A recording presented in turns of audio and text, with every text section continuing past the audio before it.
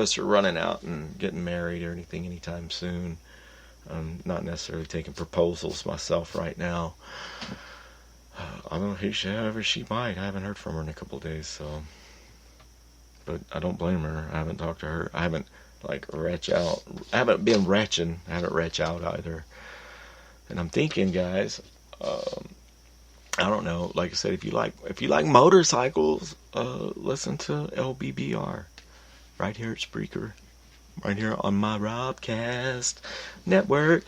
And while we're talking about while we're just talking for shameless plug for Robcast, if you do listen to the show, or if you like any of the other Robcast stories, if you like any of my stories, guys, you're welcome. Even if you don't like them, follow me anyway, and I'll let you know when anything new comes out, and you can just check it out. Let me know what you think. And you can listen anytime, guys, at YouTube. This audio will be uploaded onto YouTube. We'll post it on Facebook. However, I'm not on Facebook, but I do have a Facebook page. It's Robert Cole, Zombie in parentheses, until we do the Robcast Radio Facebook page for itself. Pardon me. We'll also put it on Twitter, and that's Robert Cole at Robcast Radio on Twitter, or Zombie889166 something. Anyway, there's a few different ways, guys. You're welcome to listen to the show on YouTube, the audio anytime, just like I said, man.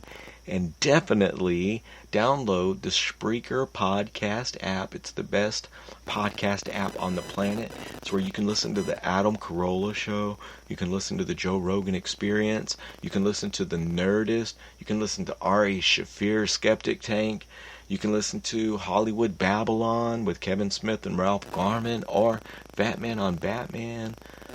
There's a ton of awesome, super awesome programming on, that's right, the best podcasting network on the planet Earth, and intergalactically sending the interweb signal out into the aliens. That's Spreaker Podcast. Get the app, download it on your phone, and follow me. And it's a little bit difficult to follow, but to follow me, guys, you have to go to where it says information created by Robert Cole. Click on my name. Information created by Robert Cole. Click on my name, and then that's where it'll allow you to follow the show. Click on the crisscross, and you'll be following us. And that's all we need right now, are followers. So we can get on bigger platforms. All we need, more followers. Bajunga! So yeah, things will come around full circle. I'll feel better whenever I feel in better shape. And it's like, you fucking hit plateaus, man. I'm doing squats, and I up my squats from 10 to 20 to 50. And I'm like, well, fuck, man. Then I get to where I feel good one day, and then the next day it's like my back. I've got a fucked up sciatic from a motorcycle wreck. And what's even more fucked up about that is I used to lie to doctors and tell them that I had a motorcycle wreck to get Vicodin pills for pain. And there was nothing fucking wrong with my back at all. I mean, maybe a little tweak or something. But then I really did have a motorcycle wreck, and it fucked up my back. Not really. I mean, they'll go trying to kick me in my back or some shit like that, because it won't hurt. I've got a nerve, it's like a marionette string that somebody can just cut it one day, and my leg doesn't work right and shit, and my butt cheek hurts really, really bad. And I mean, I'm blessed, knock on wood. Hasn't happened in a little while now, but it has made me completely immobile before. So that's why I think that I need to stretch, and I need to get stronger. I need to do squats, because all that needs to be stronger. You know what I'm saying? And I hit a plateau to where, I know my back, I already got a nerve issue there, and I'm doing squats, and I'm doing some exercises and all this kind of stuff, and I'm like, I can feel that quiver. I can feel that quiver. It's like a rubber band that's stretching too tight in my back. I'm like, fuck it, I'm just going to power through it. If I can't walk tomorrow, I can't walk tomorrow. Fuck it. But luckily, like I said, knock on wood, it's all been good, and that has just gone to soreness, and maybe, we'll get a little bit better, faster, stronger. Maybe not brighter. We're working on it, guys. We're working on it. Here at Robcast, I would like to always remind you that you have a special talent. Yes, you. And you should wake up every single day just like yours truly and do what you love to do. You know what I mean? If you want to start your own Robcast or your own podcast, it's a matter of sitting down and hitting record. There's no telling what's going to happen with spontaneous conversation with your best buddy, your girlfriend, your pal across the street, your neighbor, your army buddy, whatever. I mean, you never really know. All it could do is be bad, and hey, I'll listen to it just because I know you. Right? But you definitely have a special talent, and you need to use that shit before you lose that shit. Become part of the creative plane instead of the competitive plane. We don't have to keep up with the Joneses, man. You don't have to go get that brand new car with the step-in, fucking fold-out, flip-flop, 18 fucking whatevers, right? We don't need all that stuff. Yeah, but okay, if it's something that fits your needs, and you do need it, that's one thing. But if it's something that you just want because your neighbor has it, that's a whole nother story. If it's something that you need, by all means, you should have it. And I feel like every single person, your hopes and your dreams for yourself, times that times 100. That's what your potential is, period. You know? So if you feel that in yourself that much, then the good Lord feels that in you 100 times. Or Buddha, or Allah, or whoever. Whoever you're... What's her name? Krishna, or any of those guys. But yeah, you got to use that shit before you lose that shit. And if you're in a bad situation, you're in a job you don't like, or you're like, that's easy to say, zombie. You're a motherfucking famous motherfucking Robcast hero, bitch. How do I get there? How do I start making them fucking dollar bills, yo? Well, it all starts with you, man. You got to put one foot in front of the other towards the direction. You know, they say that it's one thing to say, you know, to let's say I want to climb Pikes Peak, and you want to climb Pikes Peak, right? But you're in Colorado, and I'm in Houston, Texas. So my journey to climb Pikes Peak is going to be a little bit different. It's going to take me a little bit longer, right, than yours that starts right there at the base of the Pikes Peak.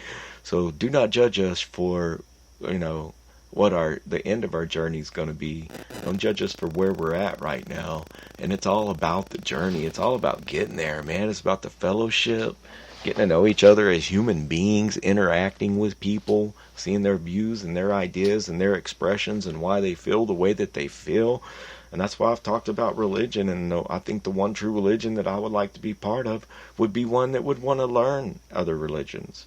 Would be the Christian religion would want to learn the Jewish religion so that they could swap recipes, if you will.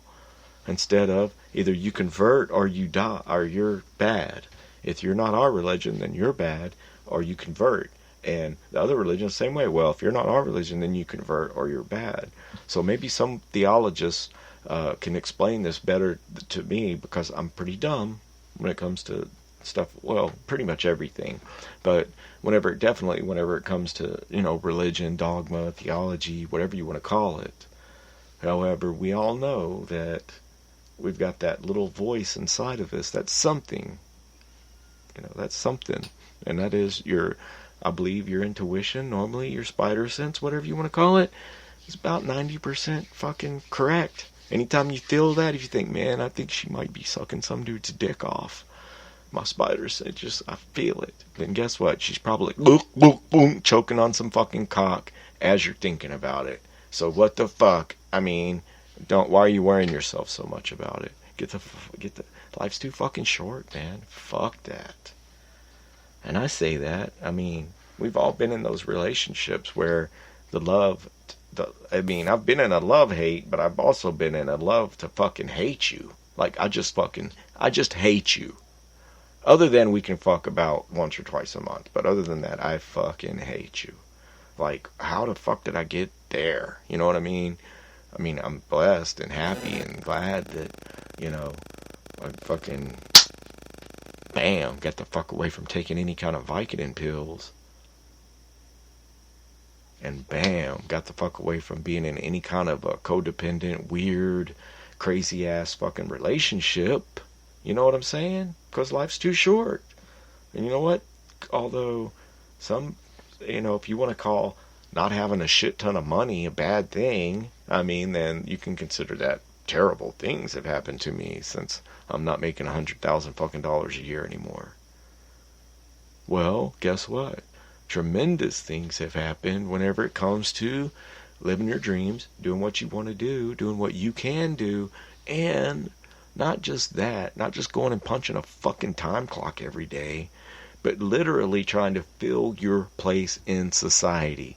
Fuck what other people think that are programmed that, oh, well, if you don't get up and punch a time clock and go suck somebody off for fucking 8 hours, I mean, suck somebody off, but they might, but definitely, I know some females definitely go chug the cock for money. That's not what they're, what is it? Hospitality. What the fuck? That is a hospitality hostess. That she's chugging somebody's cock off, dude, for fucking $72,000 a year at one of these big Texas companies.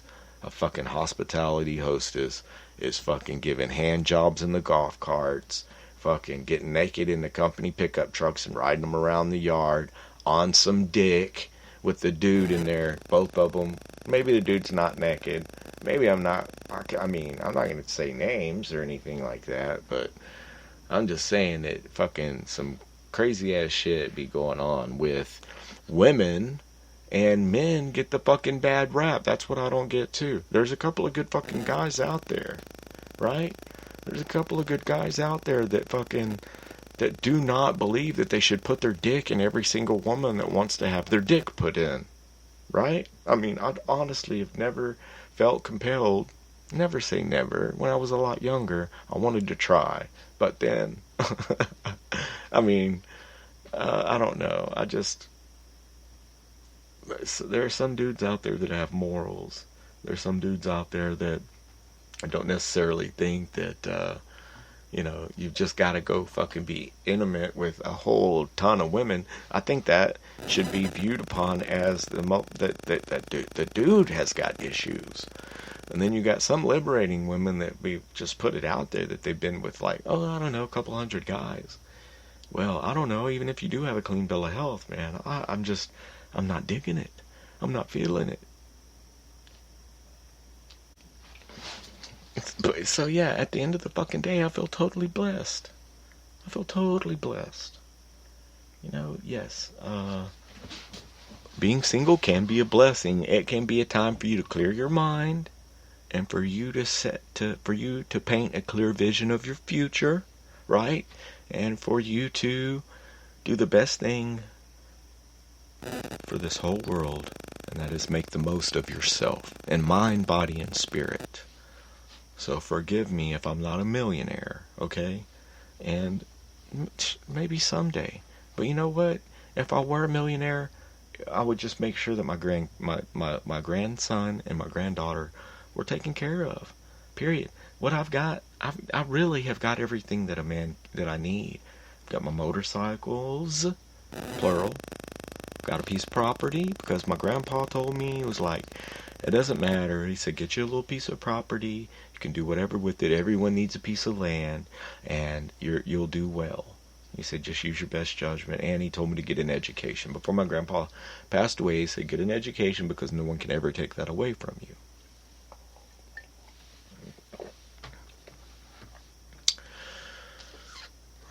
And so, I mean, I think outside the box, I'm like, well, people buy trees. I'll look up what's the highest profiting whatever thing, the stuff that I can grow. I'll put in a greenhouse. I'll grow some trees. I've got this property. I've got some trees on it, just growing on it. Why not make some money? So that's me. I've kind of tried to think outside the box. Ordered about 1,000 seeds for some exotic palm trees that grow 150 feet tall. And I'm thinking, yeah, that's something that I can get into and that I can pass down.